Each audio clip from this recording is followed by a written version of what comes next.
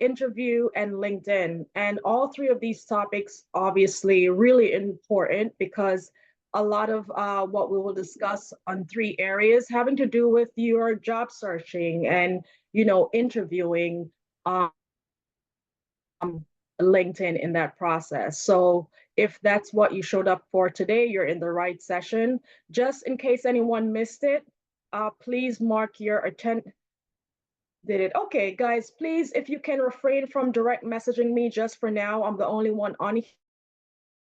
This is who I reply to. I'm trying to send to everyone. So here's mark your attendance, and thank you for doing that, doing the attendance. And so it's in the chat. When folks are coming in later, they don't see it. They're putting that in the chat so that you have that for your attendance, okay? So in the meantime, to be on camera with me once we get to Q&A. For now, I might be off camera because once I start sharing my screen, I won't be able to see. Come on and ask a question, and I do welcome questions as we go, especially if you're confused about as much time at the end for Q&A because we're covering. Let's get into it.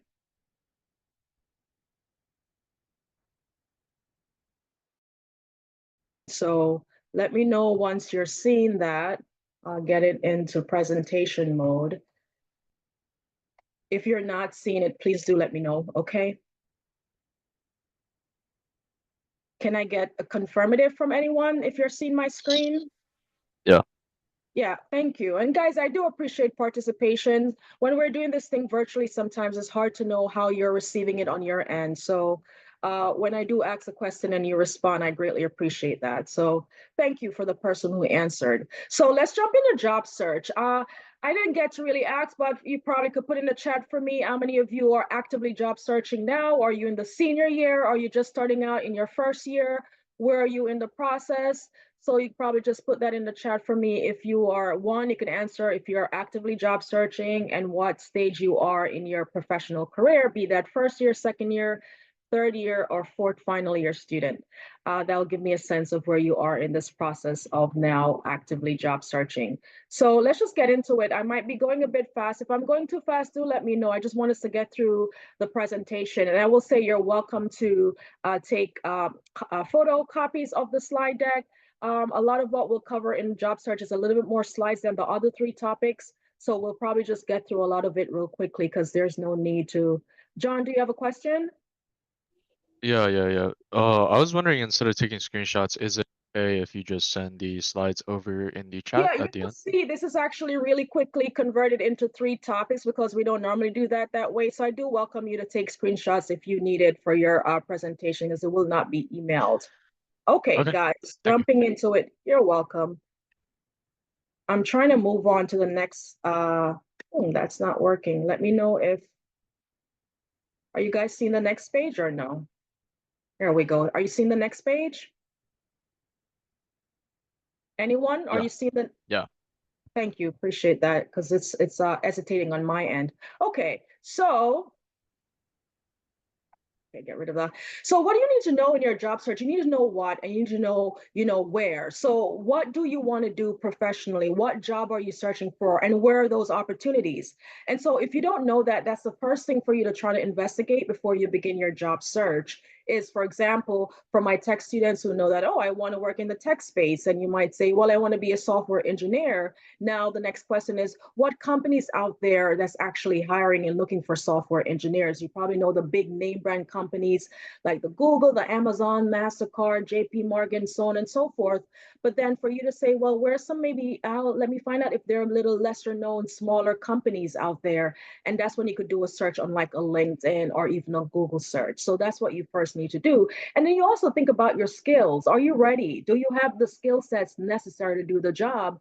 And the best way to know that is to read job description. Even if you're not quite ready for the job, go and read the job description of maybe an entry-level software engineer and see what they're asking for as far as the responsibilities of the job and the requirements, the skill sets, the certification, the degrees, the qualifications, and so forth. And then know your strengths and your accomplishments, because this is going to help you to then craft a resume. Today's session is not on resume writing, but of course, an important part of your job search is that you also have a quality resume to put forward as far as your application packet, right? And so that's the next part there. All right, so let's get into the next one. So perform research, as I say, of the companies that you want to work for and get organized. Create a target list of companies. So for example, like the example I just gave as far as the big name companies, you may know, okay, I know of some tech companies. Maybe you don't know them well, but you've heard of them. So you make a list of like, I'm going to, of course, apply to the major big named companies, but I'm also going to try to find other companies out there to make sure that I'm casting a wide net of all the possible employers in my area, and maybe you're willing to relocate. So if you're living in New York City now, you're probably focusing on New York City and any of like the five boroughs. Like I'm willing to work anywhere in the city or Queens or Brooklyn, whatever that may be, if there's a company there. Or maybe you're in a stage in your life where you're like, I could go to another state or even another country. So you make a list and you also make sure that you create a network list. Tell your professors, tell your friends, tell your parents' friends, your neighbors, anyone that might be able to steer you in a direction of where there are opportunities. So that's part of your job search, is that you're not just keeping it to yourself, that you are ready for work and what area of work you're interested in. You're telling people so that if they have a connection, they could let you know. Because more often than that, 80% of jobs are coming from referrals. More often than not, we're not finding them on our own. So it's important that you do that. Okay.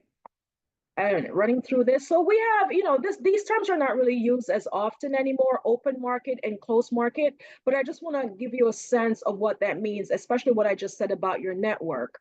Jobs that are visible and advertised to the public are open, right? For example, Queens College is a public college, so any vacancy in jobs that we have opening, a search that's being done, it has to be public for anybody who wants to see that and apply to it, has the opportunity to do that. We can't have a job, a position that's open and it's only known internally to either that department or that college. In the CUNY system, it has to be a public announcement of that vacancy. And so a closed market, these are jobs that are found through networking. So private companies, for example, or smaller companies might have an opening and they don't advertise it. You're not going to find it on LinkedIn. You're not going to find it on Indeed. You're not going to find it through a Google search. You're really only going to hear about it from internal folks that might say, oh, my company is actually looking for an X, Y, and Z, and so forth. So again, that's why networking is so important. And networking is, again, talking to people you know, or people who know people, and also attending events like career fairs, any kind of networking events, any kind of meetup. When, for example, the Career Center has, employer engagement workshops or any kind of networking event, panelists will come on and be a part of a panel to discuss a certain sector of work. Make sure that if you're available, you show up to these things, because that's a level of networking where you're able to engage with a prospective employer, hear about their company, employment opportunities, what type of candidates they're interested in, and so forth.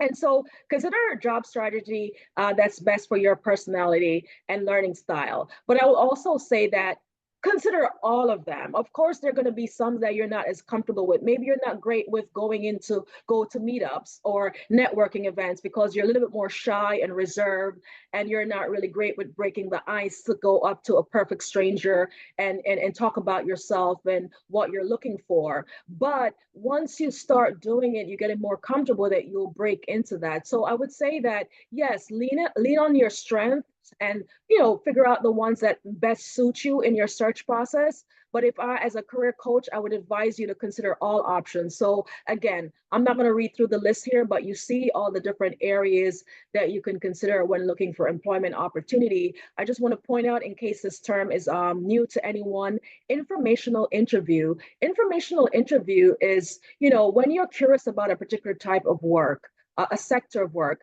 Maybe, for example, you want to go into AI, right? And you're not quite sure the ins and out of that sector.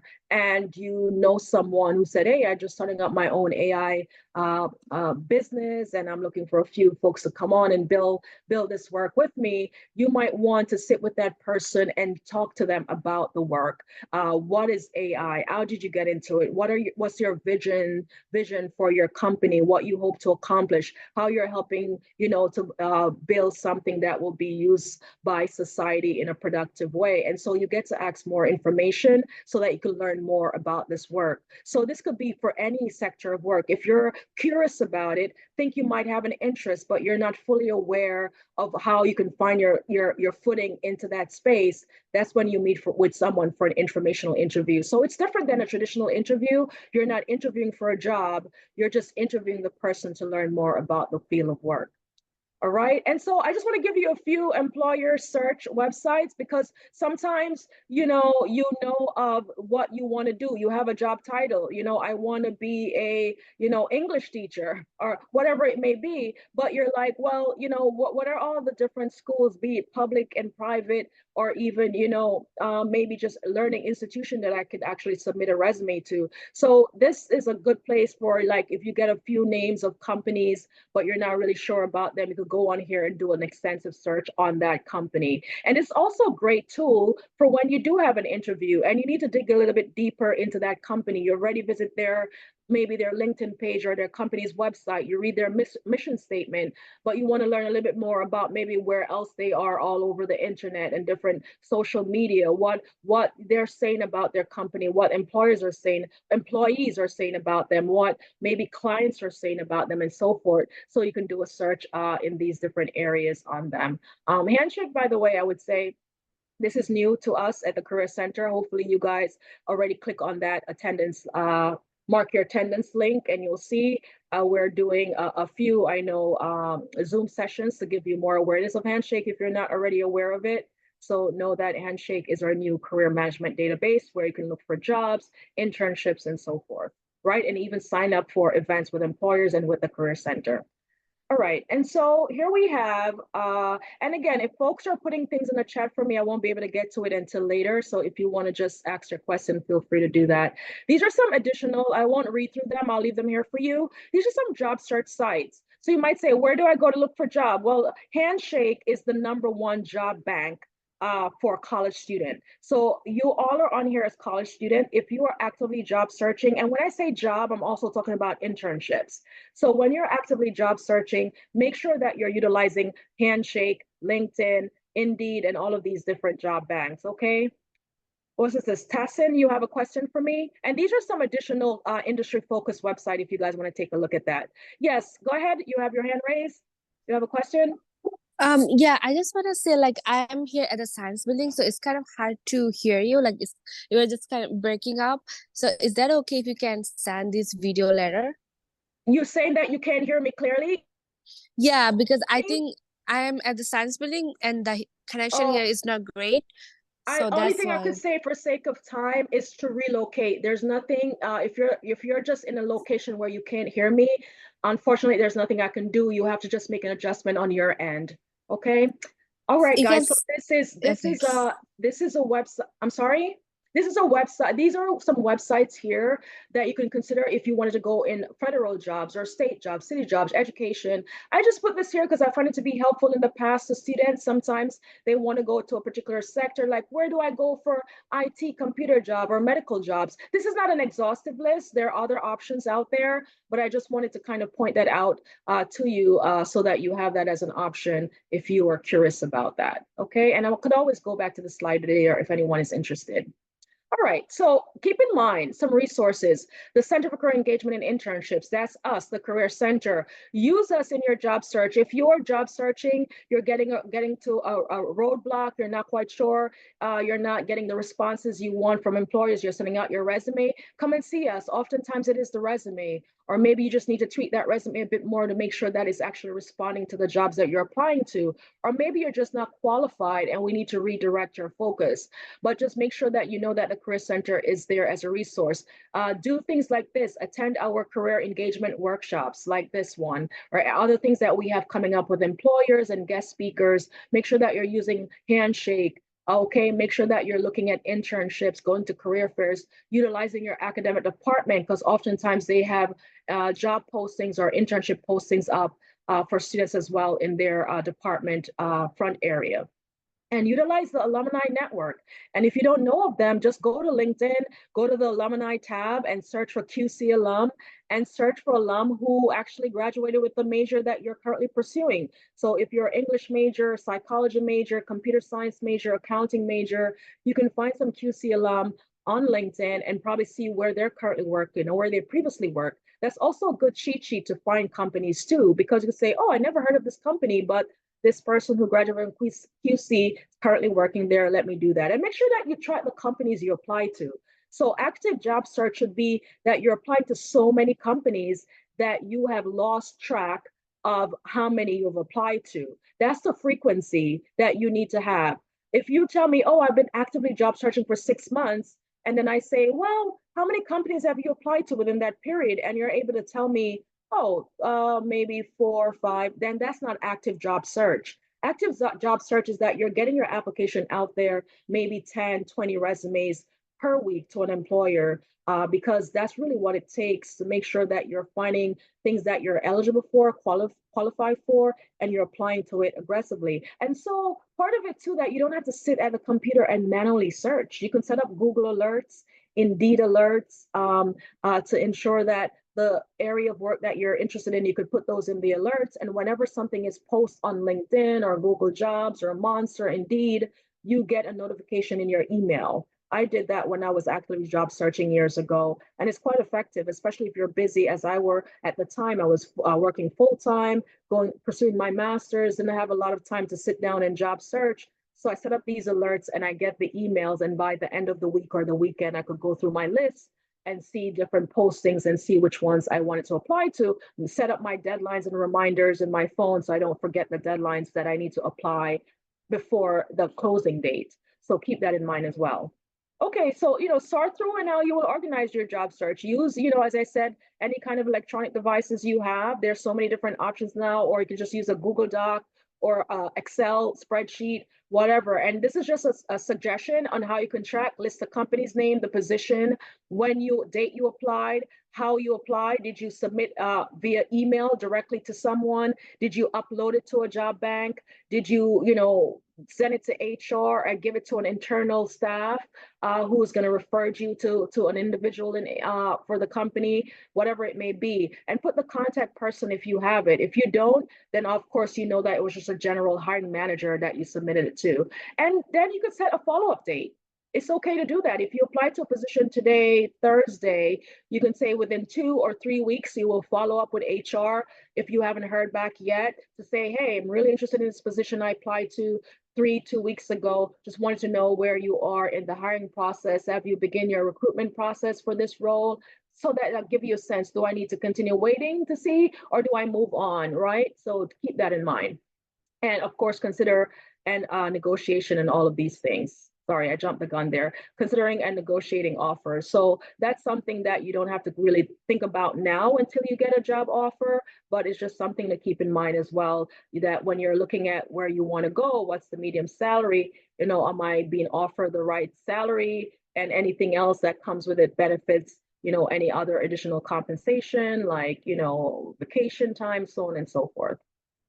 All right, so now we're going to jump into the interview section, okay? And again, if you guys have questions, I see the chat is filling up. I just want to remind you that, again, because of the 3 topics, I'm just jumping through that. If you do have questions, feel that you are confused about anything, I welcome you to open your mic and pose them. I don't want you to be confused, but I hope to leave some time at the end for questions, okay? All right, so the interview process, of course, this is where it's a great thing. You submit that quality resume or cover letter, and now you got a call or an email for an interview. How do you prepare? So let's get into it. By the raise of hand or put in the chat, how many folks have interviewed before? Raise your virtual hand or put it in the chat. Anyone's never interviewed before? Okay, good. Thank you, Matthew. See you. Okay, Sergio, yep.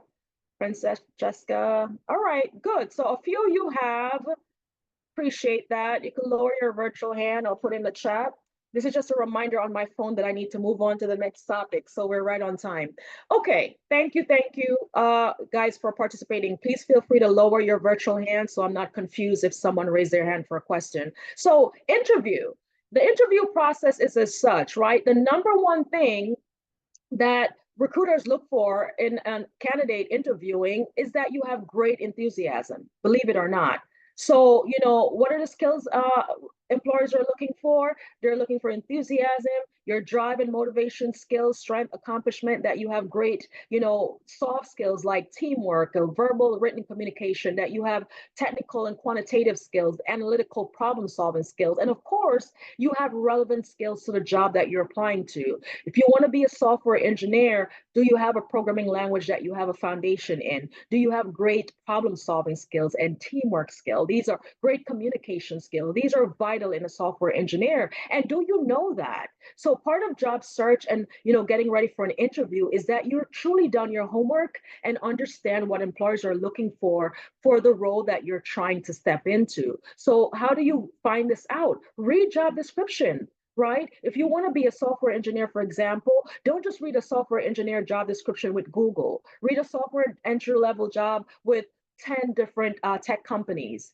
And once you do that, you start to see the common denominator and what they're asking for. You see a recurrent theme of communication skill. You see a recurrent theme of, problem solving skill, ability to work on a team. And so then when you craft a resume or when you go for an interview, you know to give examples of how you're ready in these areas because you know these things are important and valuable in the role. And so that's how you really prepare yourself from your job search to your interview and ultimately getting that offer, stepping into understanding that these things are important, right? So focus on employer needs. And the way for you to know that is to be familiar with the company, read its mission, follow them on whatever they are on, whatever social media platforms they're on, or just see what they're interested in what work they care about. But also make sure that you're reading these job description, especially the responsibilities of the job and requirements of the job, because that's going to tell you what they really value and what they're looking for. All right. Know your resume before an interview. So you might say, okay, I already submit my resume to them. They read it. That's why they called me. So I don't need to go in and tell them more about my resume because they already have it. But that's not how it works. The fact is that, yes, they're impressed with the resume and now they're curious to hear from you. And they want you to tell a deeper story than beyond what's on the resume. So you want to make sure that you can really reflect upon your experience and your accomplishments and the achievements that you have that's relevant to the job. So now you get to really say, okay, let me tell you why I'm perfect for this particular role as a software engineer. Let me tell you about my leadership skill. Let me tell you about my communication skill and how we utilize these things to work effectively and efficiently in other capacity as a club leader or other things that I do off campus or in the classroom or in my internship. And so this is a way for you to further illustrate that they made the perfect decision in giving you an interview because you are the right candidate. Know the company, know the industry, know the position, right? So I'm not going to read through all of these. These are really there for you, again, if you want to read it for yourself and take screenshots. So obviously, as I said, we're going through 3 different topics and I do want to answer individual questions, but know that when you're going to interview with a company, you want to show that you've done some research and you understand, the company's mission, what they're trying to accomplish. You understand even the people conducting the interview.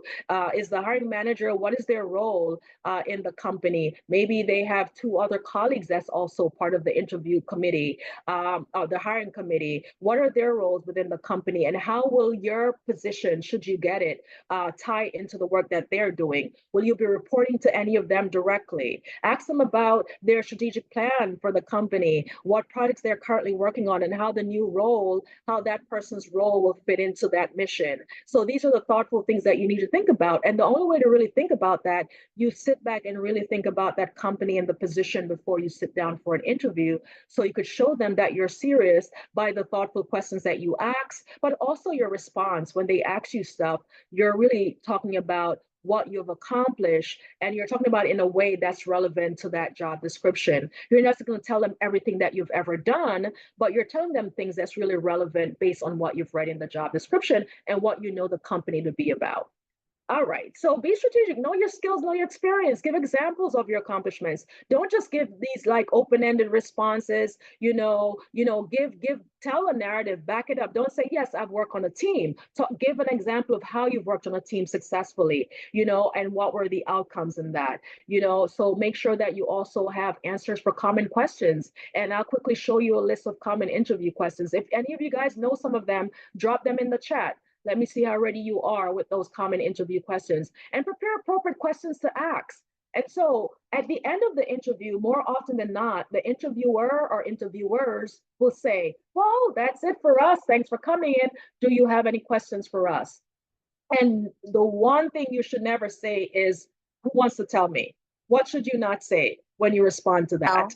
No, exactly. And forgive me because I can't see everybody, so I don't know who said that, but good on you. No is what you don't want to say, but you want to have questions. So go in your interview, in your preparing before you show up that day for your interview, be that in person or virtually, show up ready with at least 2 to 3 questions that you're ready to ask. And during the course of your interview, see if you can pull another just based on how that interview is going, based on some of the questions they ask. Maybe they share about projects that they have coming up. So from that back and forth, you now have a new question to ask. Maybe you replace it with one of your already prepared questions, right? So you don't want to sit there and ask them 5 to 10 questions at the end. But if you have 2 to 3 thoughtful questions to ask, then that is very good on you, and they will be very impressed by that. But don't just ask generic question like, who is your ideal candidate?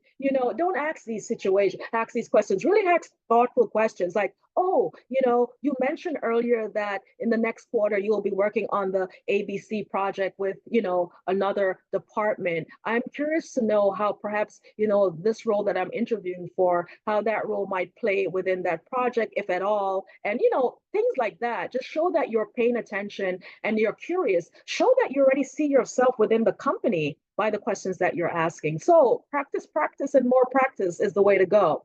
All right, so have appropriate outfit pick out. I'm not going to go through this list. If anyone has any doubt in how they prepare just by their attire, please ask me when we get to Q&A.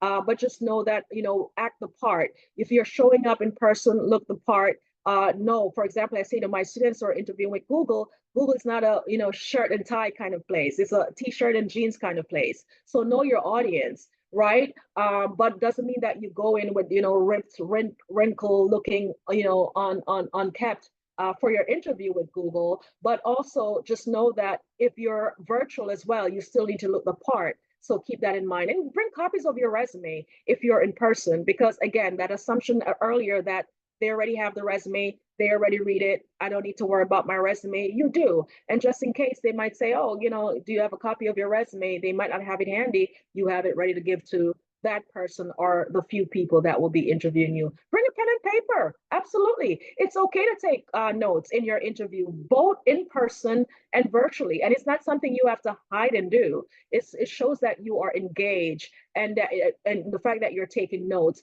Don't sit there and have your head down all the time writing, but you certainly can jot things down here and there. All right. Oops. What's the last one there? Okay. Just arrival if you're actually commuting, especially if you're taking, public transportation. Again, I'm not going to spend much time here, but if you have any questions, I'm happy to answer them. So, highlight the positive. That's the way to go in your interview. Take initiative and make sure that you get, to say what you want to say. So for example, maybe there's something that you think will be really helpful for you, very advantageous for you in your interview, but they didn't ask you a direct question to allow you to speak to that. It's okay at the end, especially if they say, do you have any question for me? Well, this is a perfect time to actually say, I do, but before I ask, I just want to share this, and you then go into that thing you didn't get to say, and you just be sure that you answer questions directly and clearly. And if you don't really understand a question that's asked of you, don't think that's a fail on your part. It's totally okay to ask for clarifications. Sometimes an interviewer makes mistakes, and sometimes it's not even that they make mistake, that how they phrase the question could be a little bit confusing. And I know I've been on the end of interviewing folks or being a part of search committee, and sometimes, that's asked of me, could you rephrase that? And that's okay to rephrase. Now, keep in mind, asking for a rephrase is different than asking for a repeat. So if you didn't quite hear the question, you can ask for them to repeat. But if you heard the question, but you don't quite understand the question, then it will be appropriate for you to ask them to rephrase the question, meaning that I don't understand. So could you give that to me in a different manner? Okay. And, elaborate and give examples. So again, as I said, the best you can do for yourself is to back your response up with actual evidence. Give narratives. You don't want to be long-winded and going on and on and on forever, but you certainly want to give examples of experiences and accomplishments that you've had. You just want to say that I did this and I did that, but talk about how you did it. What methods did you use? If you were on a team, what role did you play? Were you the leader, and how did you facilitate? How did you help your team? And you give these narratives. Okay, so just follow these guidelines. And I'll say that, there are three types of questions in traditional interview formats, right? Interviews now could take on many formats, many approach, especially if the company just want to kind of suss out and find different talent in different ways. But traditionally, you're going to get traditional questions, right, that relate factual information about yourself. Then they segue into behavioral questions that require you to offer concrete examples to reveal key and transferable skills. So tell me a time something didn't go according to plan. You tell me a time you showed leadership. Tell me a time you had to face a deadline under tight constraint. How did you deal with that? Tell me a time you didn't get along with a colleague or a client. How did you work through that? And so case technical, these are questions that's specific to the job that you're applying to. So say, for example, you're applying to be, a financial advisor with maybe a major finance company or a big bank like a Chase. And that interviewer might ask you a case technical question to say, okay, walk me through the scenario. A client, she's 55 years old. She shows up to you. She's concerned that she hasn't adequately prepared for retirement. Walk me through your, suggestions for this client. How would you, walk her through a strategy to get her on track towards retirement? So that will be a case technical question. Whereas for, say, a software engineer, this will take on the approach of the technical interview, where you're asked to write a line of code. They give you the scenario and ask you your preferred language. And now you get to use your preferred language to write a line of code based on the scenario they ask of you. So again, case technical is going to do with the job. You're an educator, a teacher. Walk us through a lesson plan. We are your students. Walk us through what you're teaching us today. So these are case technical questions, okay? So keep that in mind. So real quickly, I want to show you, I'm not going to go through these you could take a screenshot here if you like, but traditional would be, tell me about yourself. What do you know about us? How did you hear about us? Why do you want to work with us? Tell me about your strengths and your weakness. Behavioral will be, well, tell me a time something to go according to plan. You can use the SOAR approach, right? State the situation. What was the obstacle? What actions did you take? And now tell me the results. Case technical is what I probably just gave you here around retirement, so I won't repeat that. And so these are just some examples of what these three areas could look like. So here they are, right? Be ready for the common questions that's typically asked. You should not go into an interview not ready to answer these. You could practice these ahead of time, not so that you're rehearsed, but that they may come up. And if they do come up, you're ready to respond to them. You should never be asked, tell me about yourself, and you go, let me think about that, but you might be asked a curveball question, and it's totally okay to say, wow, actually, I've never been asked that before. Let me think about that for a second. And it's okay to take a breath and think about that. If they ask you just, off the cuff question, that's a little different.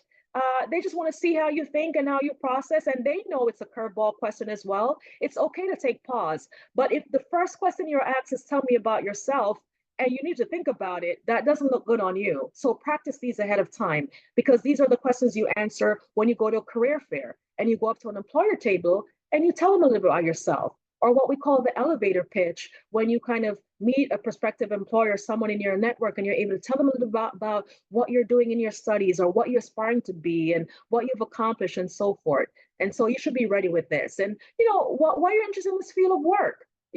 Maybe how did you get to have this love of tech, and why you wanted to study computer science and now work in the tech space? What are your strengths and your weaknesses as they relate to this position? What do you want? Why do you want to work here? And why should we hire you? What distinguishes you from other candidates? And, obviously, do you have any questions for us? So if you keep these questions in mind and have them at the ready, then at least you're halfway through, because the rest of the interview is going to talk about the behavioral questions, right? I want to see how your past behavior pattern informs future behavior pattern. So I'm going to ask you questions about maybe leadership. And again, you could kind of garner what's going to come up based on what you're interviewing for. If this position, needs great leaders, they're probably going to ask you a lot of behavioral questions around leadership.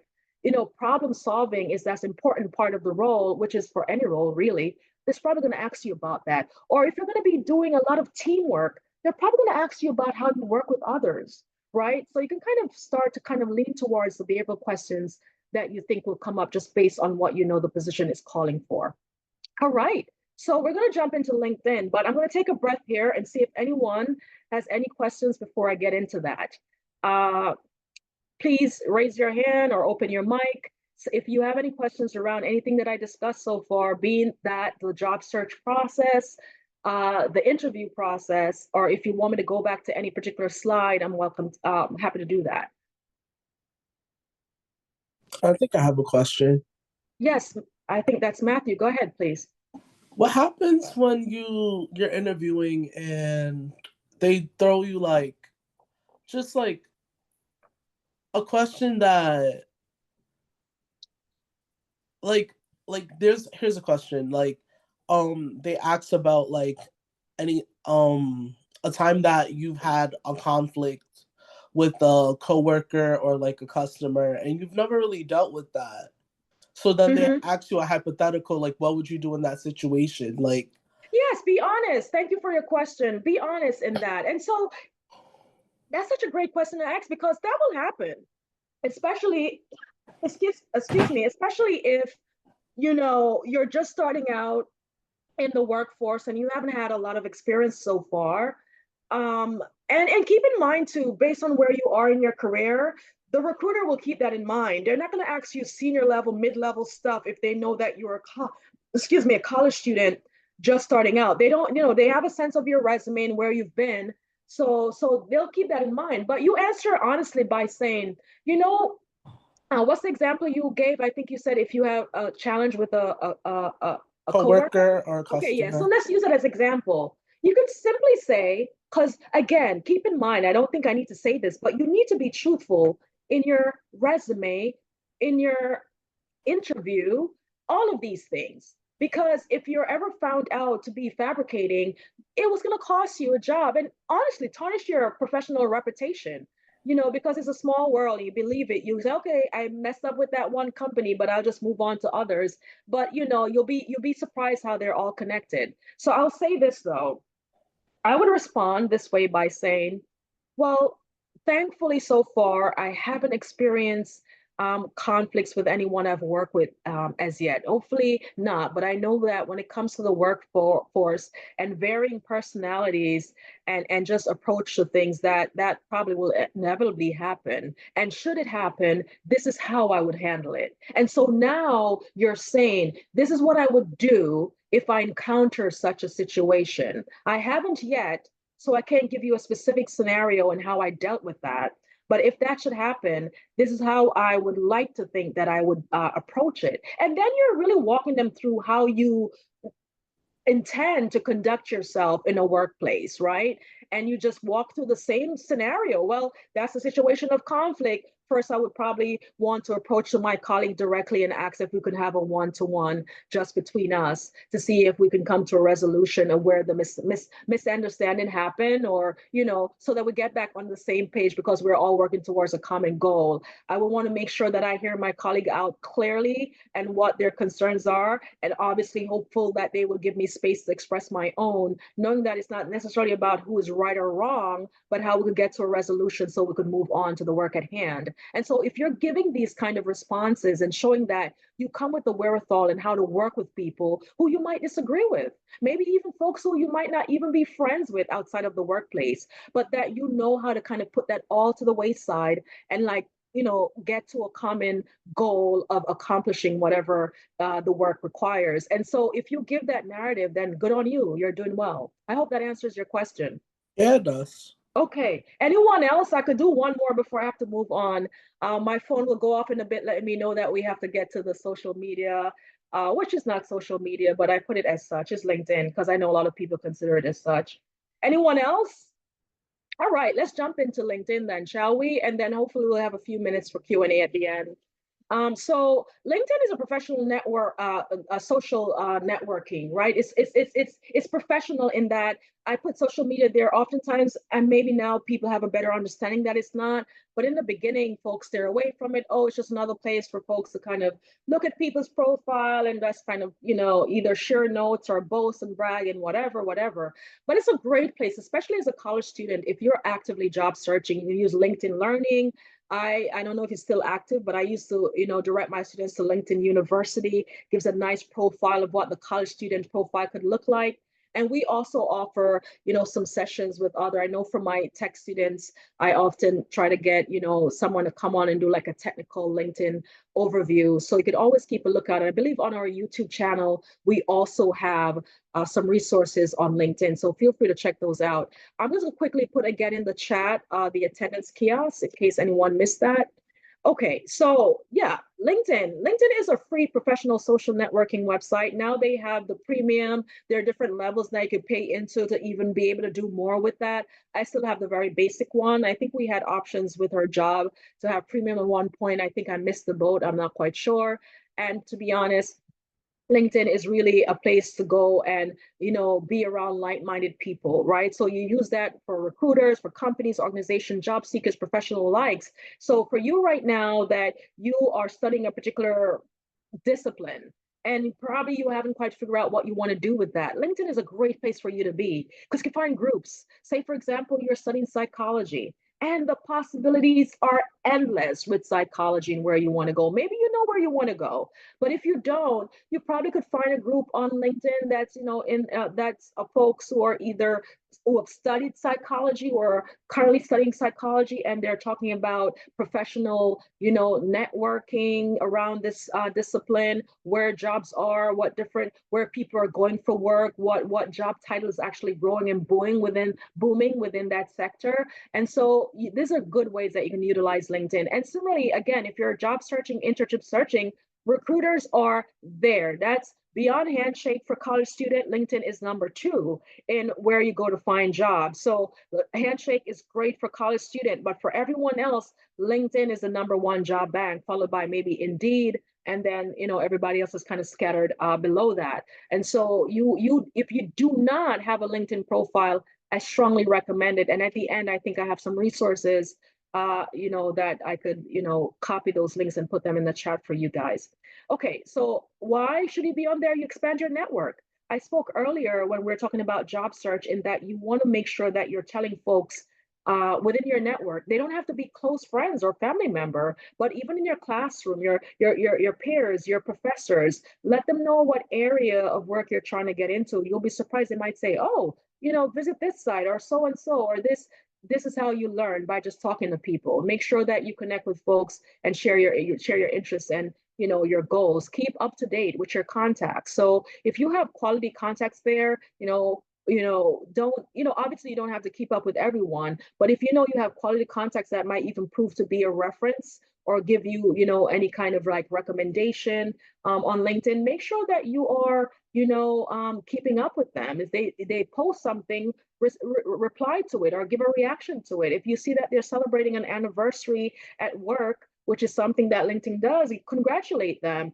If we're getting to an end of a cycle or a year, and depending on what folks celebrate, you can wish them a happy new year or a happy holiday, things of this nature. You don't have to go very big in like these really in-depth follow up with emails and inquiries, but just make sure that you're keeping engaged with folks. And again, keep in mind, as I said before, I think I said 80. My notes here said 85. That number is probably even larger now from when I did this deck.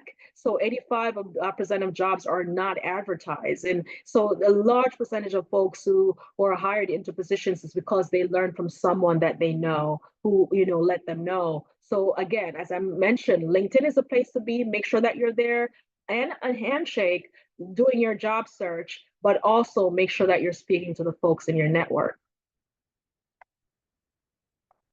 All right. Have a focus before jumping into professional networking, right? So again, as I say, no, as a college student, It's okay to have a profile to say aspiring, you know, software engineer, aspiring educator, aspiring, you know, physical therapist, aspiring, you know, whatever it may be, so that again, right there, you have a sense of who you want to, you know, kind of congregate and come into your, to link with you, literally what LinkedIn is all about. And so that you draw these like-minded people would see that this is a sector that you're focusing on, at least for now. You may change your mind down the line and completely reinvent yourself and where you are professionally, but at that point, you can also reinvent your LinkedIn. And so be mindful of things. You know, things can easily be misconstrued. So again, it's professional. So you don't want to treat this like you would treat maybe say, you know, an Insta, you know, or X, you know, or any of these platforms where you just be kind of casually, although I would recommend anyone who's,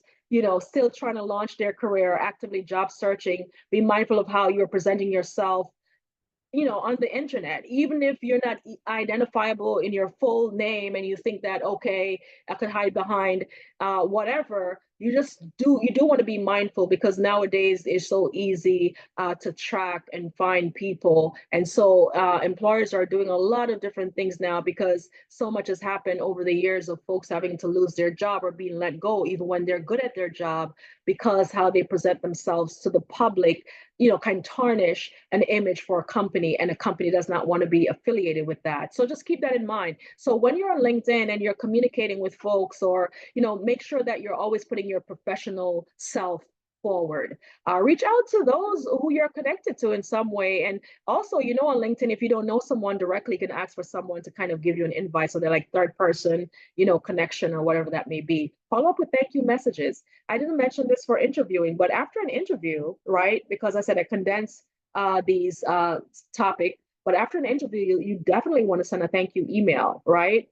To the person or persons who interviewed you, to thank them for their time. And normally the rule of thumb is that within 24 hours. So certainly could be shorter than 24 hours, but you don't want it to span 24 hours. And so, and it's also okay to copy everyone on the same email. So if I and two other of my colleagues interview you, it's okay to send one email and copy us all on that one email in your thank you note.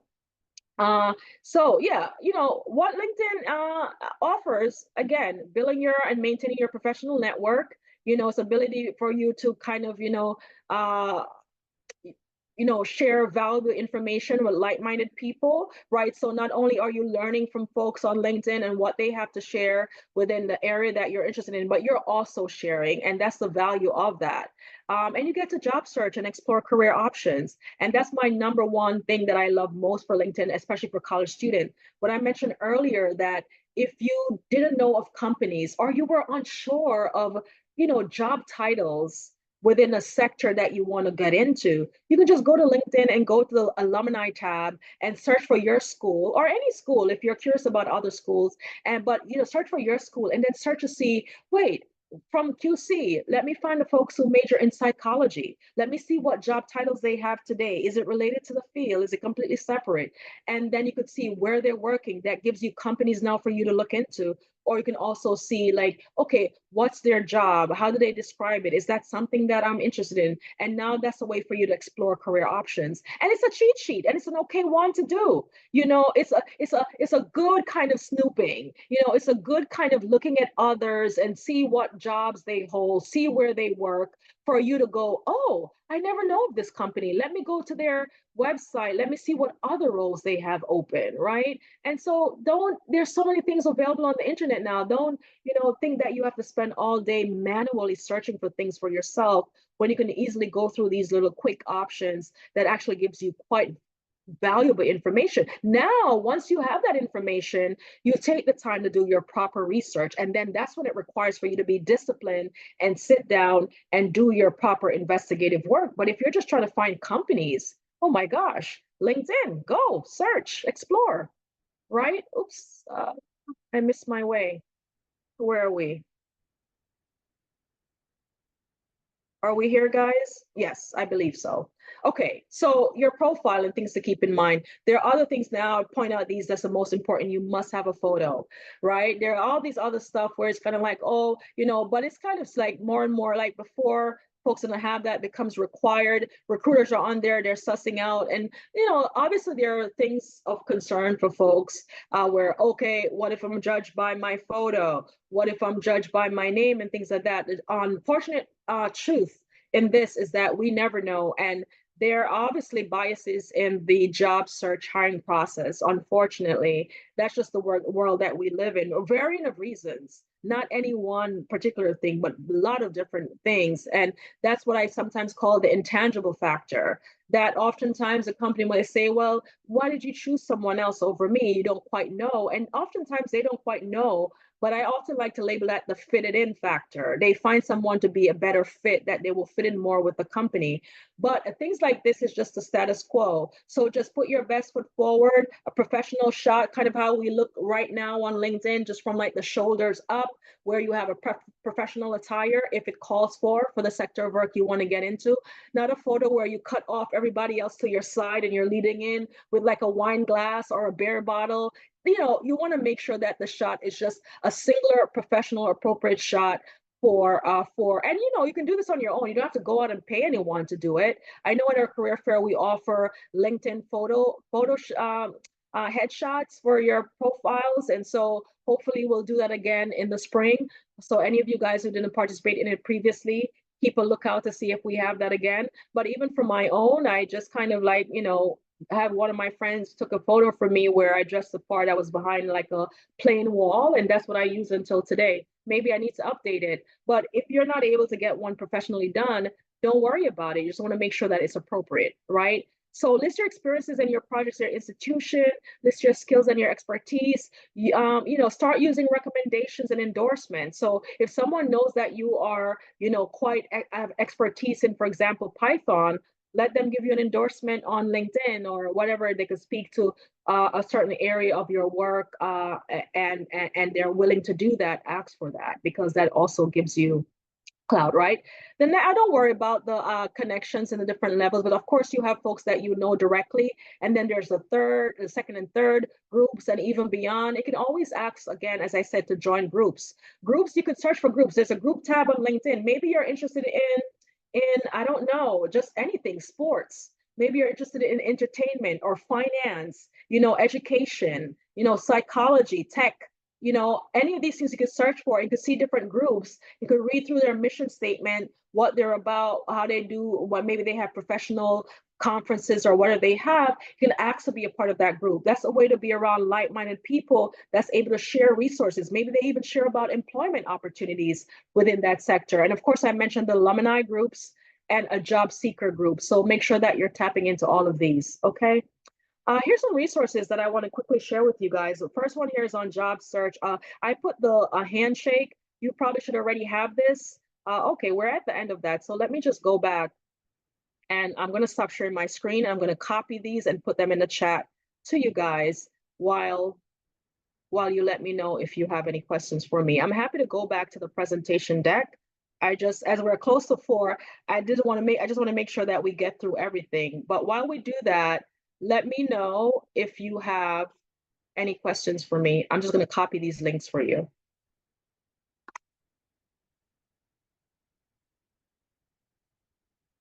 No questions, you guys? This one is on just handshake. In case you've never accessed it before, you have that. Yeah, open your mic, guys, and ask your questions. I'm not going to go through the chat. I'll quickly put these in the chat. If I could see any thoughtful questions there, I'll try to respond to it.